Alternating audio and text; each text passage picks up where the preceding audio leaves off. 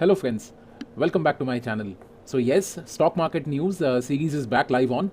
I'm extremely sorry Saturday को मैं एक भी वीडियो नहीं डाल पाया because I am not keeping well. But yes finally थोड़ी बहुत मैं देख रहा था कि क्या क्या चल रहा है मार्केट में एंड येस कुछ इंपॉर्टेंट अपडेट्स हैं मेरे पास. So I thought I should make a video and आपके साथ शेयर करता हूँ ताकि जो लोग भी मुझे अभी इस टाइम पे देख रहे हैं ताकि और अगर वो स्टॉक मार्केट करेंगे कल तो उनको थोड़ी बहुत कुछ हेल्प हो जाएगी. सो येस चलिए शुरू करते हैं. सबसे पहला बात करेंगे आईपीओ के बारे में. आईपीओ का सीज़न है.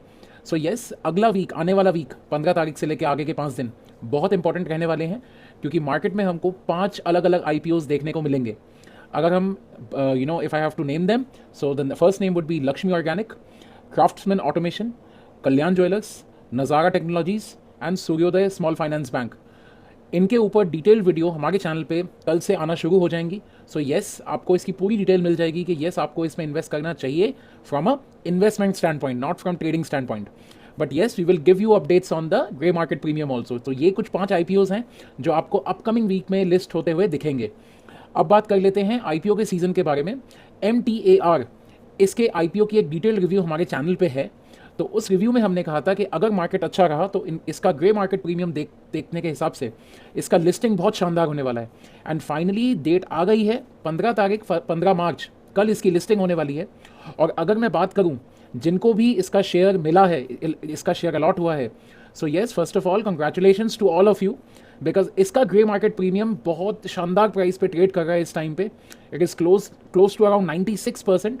सो येस आप अपना पैसा डबल होता हुआ देख सकते हैं कल क्योंकि येस अगर मार्केट ओवरऑल पॉजिटिव रहा सो येस इसका लिस्टिंग बहुत शानदार होने वाला है. ये आप पे डिपेंड करेगा कि आप उस लिस्टिंग को देखते हुए क्या आप इसमें से एग्जिट लेना चाहेंगे या आप इसमें एज ए इन्वेस्टर ये पैसा रखना चाहेंगे. अगर आप मेरी राय पूछेंगे और अगर मैंने लगाए होते और मुझे अगर अलॉट हुए होते और अगर 96-95% के आसपास लिस्टिंग मिलती मुझको देन शायद ही मैं अपना पैसा इसमें रखता, शायद मैं इसे सेल ऑफ करके अपनी प्रॉफिट बुकिंग कर लेता.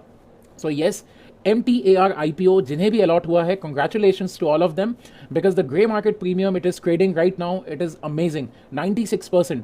सो अगर हम बात करें इसके कट ऑफ प्राइस की 575 was the cut off price. अभी क्लोज टू अगर मार्केट बहुत अच्छा ओपन हुआ कल सो इसकी लिस्टिंग भी हमको 1100 1150 के आसपास देखने को मिल सकती है. अब बात करेंगे दूसरे आईपीओ की, ईज माई क्रिप. इसका भी ग्रे मार्केट प्रीमियम ऑल्दो ये अभी लिस्ट नहीं होने वाला पर इसका ग्रे मार्केट प्रीमियम भी क्लोज टू अराउंड 96% के आसपास ट्रेड कर रहा है. बट इसके कुछ आते वक्त इस वीक में कुछ इंपॉर्टेंट अपडेट्स हैं जो आपको पता होनी चाहिए जो इसके ग्रे मार्केट प्रीमियम को अफेक्ट कर सकती है. So it will be for EaseMyTrip not for MTAR. So congratulations to the MTAR allotted. So ये तो होगी दोस्तों आईपीओ की बात. अब बात करते हैं दूसरी बड़ी खबर की तरफ और ये इस वीक की सबसे बड़ी खबर रहने वाली है जो कि है फेडरल रिजर्व की मीटिंग. सो ये पता है कि यूएस हमने देखा कि 1.9 ट्रिलियन का जो पैकेज है वो सबसे पहले सेनेट के पास गया, सेनेट से अप्रूव हो गया, देन वो कांग्रेस के पास गया for further approval and yes वो भी अप्रूव हो गया. सो 1.9 ट्रिलियन का जो स्टिमुलस है वो तो अब आने वाला है. हाउएवर इसके चलते जो फेडरल रिजर्व्स हैं उनकी एक मीटिंग होने वाली है वेडनेसडे एंड थर्सडे को जो सबसे इंपॉर्टेंट मीटिंग मानी जा रही है इस टाइम की बिकॉज उनके मीटिंग के ऊपर ही वो ये डिसाइड करेंगे बेस्ड ऑन दिस पैकेज जो जाएगा लोगों के पास. उसके बाद वो अपने गवर्नमेंट सिक्योरिटीज़ के जो बॉन्ड डील्ड हैं उनके इंटरेस्ट रेट को कैसे बढ़ाएंगे, कम करेंगे. अभी तक जो खबर आ रही है वो ये आ रही है कि येस जो इंटरेस्ट रेट हैं वो वैसे के वैसे ही रहने वाले हैं.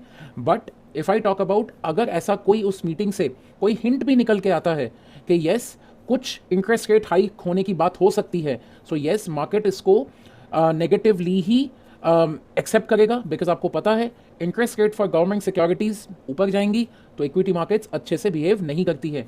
बहुत सारी वीडियोस हमारी चैनल पे हैं फ्रेंड्स. अगर आपको इसके बारे में जानना हो तो प्लीज़ चेकआउट करें दूसरी वीडियोस को and definitely you will be able to understand the correlation between them. तीसरी बड़ी खबर जो आ रही है फ्रेंड्स वो है कोविड के रिलेटेड.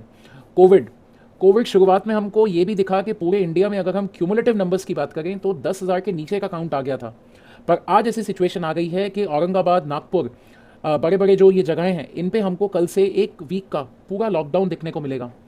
ऐसे ही लॉकडाउन और कहीं तो अभी नहीं है बट अगर हम इंक्रीजिंग कोविड केसेस की बात करी जाए सो येस मध्य प्रदेश, तमिलनाडु, कर्नाटका, पंजाब यहाँ पे हमको कोविड केसेस इंक्रीज होते हुए दिख रहे हैं.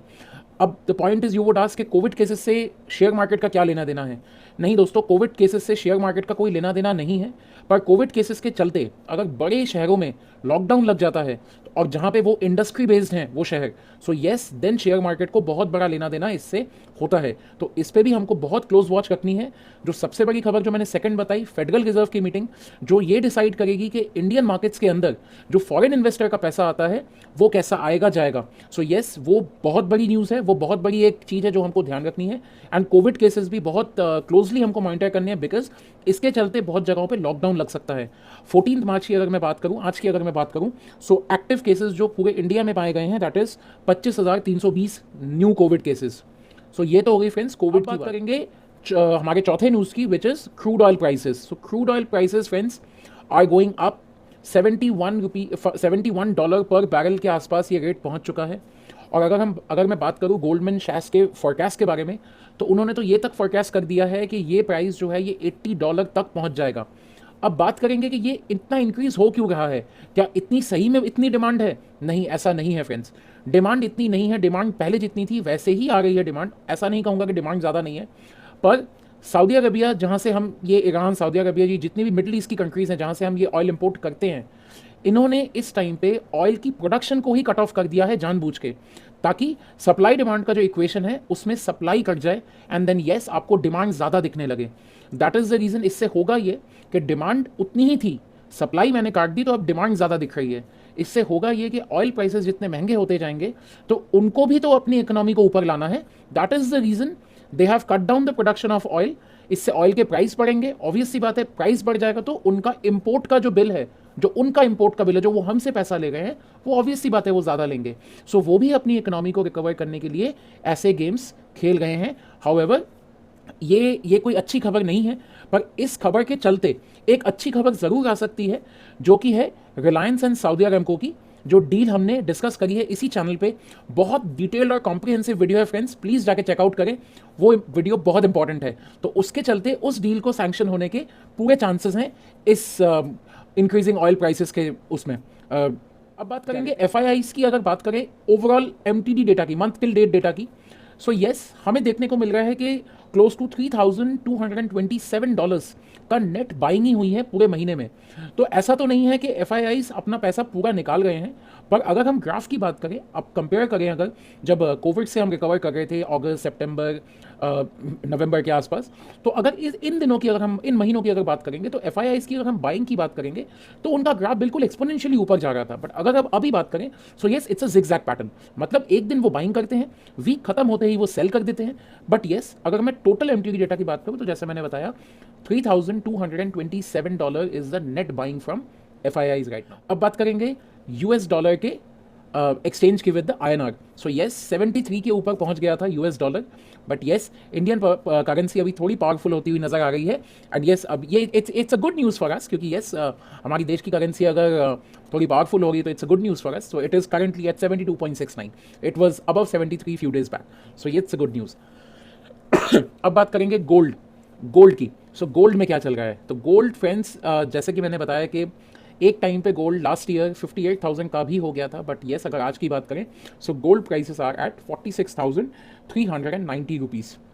If I have to talk about on what price I bought my sovereign gold bond series 12, it is 4612।